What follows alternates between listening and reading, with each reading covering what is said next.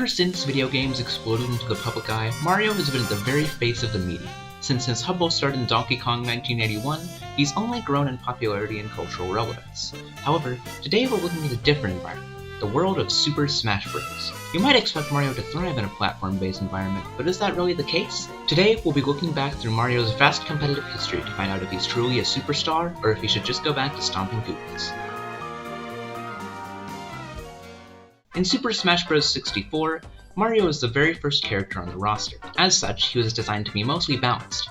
After all, he was the most familiar face there to a majority of fans, so they were likely to try out the mustachioed man first thing. Mario packs a projectile on his Fireball neutral B, which is important for applying pressure from a distance, has a fairly linear recovery with Super Jump Punch, and a useful down B in Mario Tornado, which hits all around him.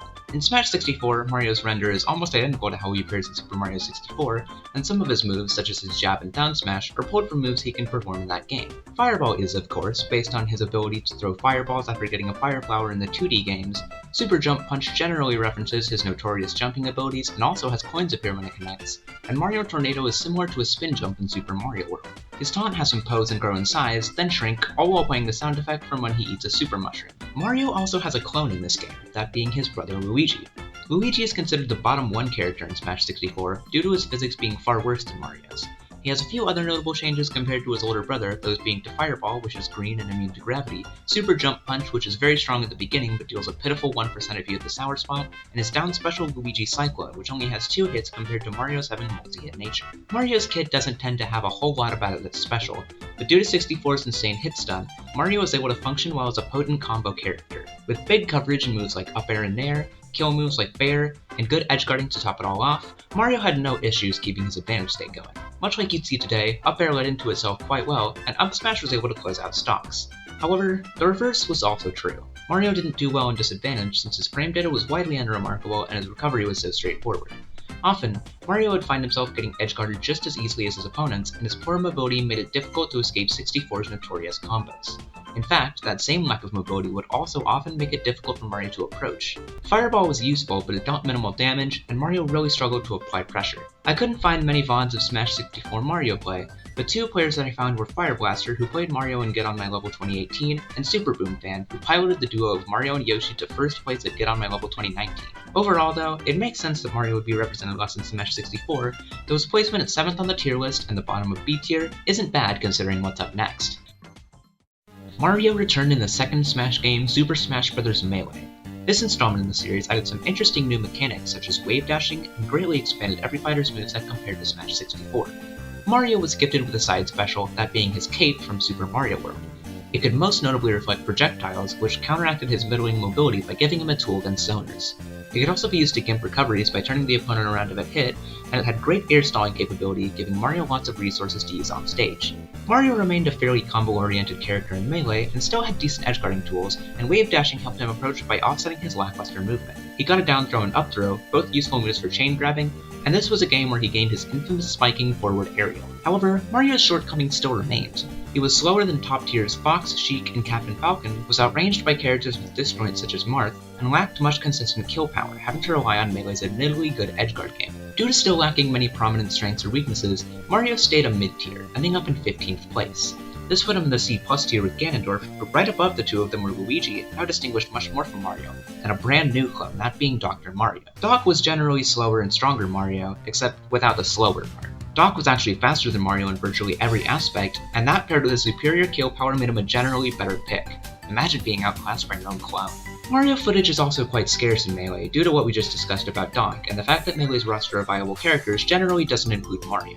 But of the ones I could find, A-Rookie is considered the best Melee Mario in the world, and is ranked first on the Pensacola, Florida PR. A player by the tag of Totally Butts was ranked 9th on one Philadelphia PR, and also plays Mario in Melee. When Super Smash Bros. Brawl rolled around, Mario was looking for something to do. Luckily, a few changes made Mario look appealing at first. Despite Brawl having a much heavier air and off-stage game than Melee due in part to the prominence of Meta Knight and tripping being introduced, Mario was still able to take KOs due to a few of his moves such as Forward Smash, Mario Tornado, which was moved to his down air, and Super Jump Punch being easier to connect with their sweet spots. Because of this, Mario gained some great combo finishers. However, to effectively use those combo finishers, Mario needed an actual combo game, and Brawl raised a big middle finger to our favorite plumber. In Brawl, hit stun is much less impactful than in the previous 2 entries due to a mechanic called hit stun cancel. I won't get too into it, but the basic gist is that any character could cancel their hit stone with an air dodge after only 13 frames, or with an aerial after 26 frames. Basically, this was really bad for Mario since it meant that his combo game was much worse in Brawl. That wasn't even the only nerf Mario received due to game mechanic changing, however. With the removal of wave dashing, Mario's approach returned to its unimpressive state from Smash 64, meaning he couldn't exert as much pressure as in Melee. L canceling, a technique to shorten landing lag, was also removed, which hit Mario hard due to how good his landing aerials were.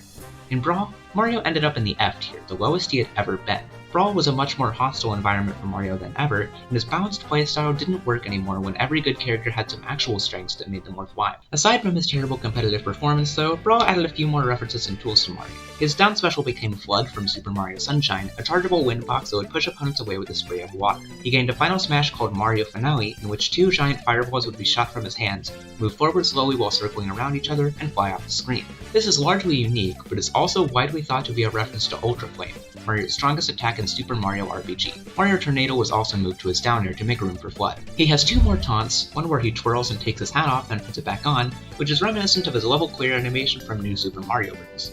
His down taunt has him spin in the air and fall on his back with his legs up, similar to his dying animation in Donkey Kong. He also gained a new alternate costume, this one being based on his Fire Mario colors. Due to having such poor attributes, Brawl Mario mains were few and far between.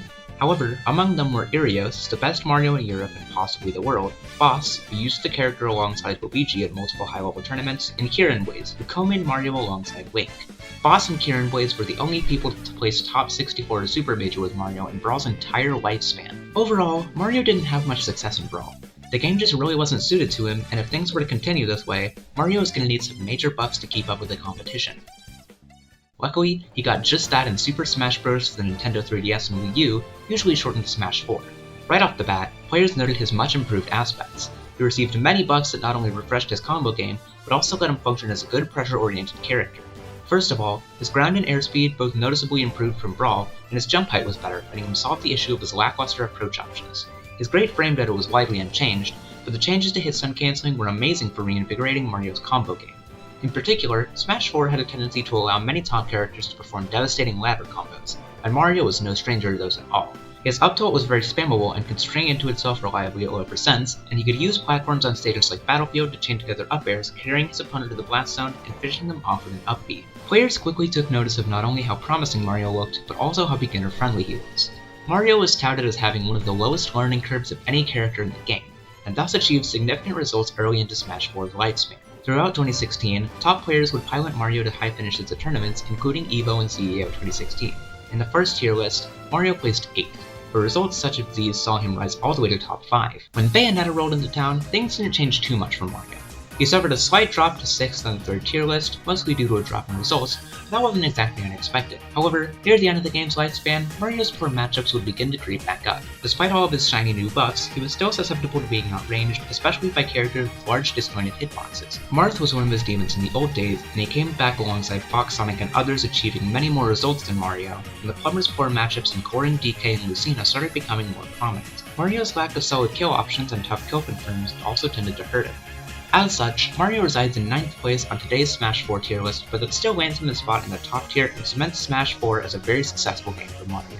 Mario had lots of representation in Smash 4, and players that represented him include, but are not limited to, Ally, the best Mario of all time, Bahuto, one of Japan's best, Anti, a ZSS co-main, Dark Wizzy, Ron, Zenyu, and Supa Semi. Hungrybox also recently hosted a tournament called Smafor's Send-Off, a coin box where they played Smash 4 for one last time before the 3DS and Wii U servers shut down. Some Marios that place well in this tournament include Ave, Herb, Alendis, and Fire the Pirate.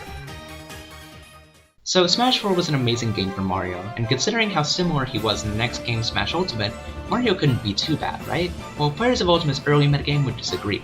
First of all, Mario's learning curve was heightened due to Ultimate's different mechanics, though his playstyle was more rewarding compared to Smash 4, as he has the potential to perform 0 deaths on most opponents, courtesy of his amazing up air. Mario's biggest weakness has always been swordies, and this was no different in Ultimate, where there were not only a plethora of them, but changes to how disjoints worked made Sword Fighter some of the best characters in Ultimate's early days. However, Kurama, formerly Prodigy, and our old friend Dark Wizzy quickly proved otherwise, showing off Mario's amazing potential. Dark Wizzy saw a streak of top 8 placements in 2019, while Kurama was the first of multiple Mario players to pull off a 3-0 on MKLeo, one of the best players in Ultimate's history, at Frostbite 2020. Before the pandemic hit, Mario was considered a top-tier character, but that would all change with the post-pandemic metagame shifts. First of all, some of the new DLC characters released were able to outrange Mario quite easily, and others took him on well in close quarters. People also started to adapt to Mario's combo game, and Dark Wizzy's performance took a hit.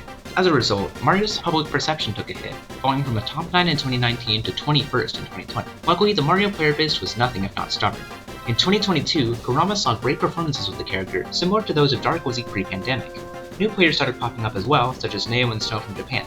Of course, I would be remiss to not mention Skinny the Pooh, who 3-0'd MK Leo at Rewired 2023 and is on my region's PR. Overall, Mario has seen a fruitful history in Ultimate, currently residing at 22nd on the game's second tier list and being considered a viable high tier. Some players have even been arguing that he should be a top tier. Mario had a rough start, his balance motif working for him less and less until he was buffed in Smash 4, becoming a great character.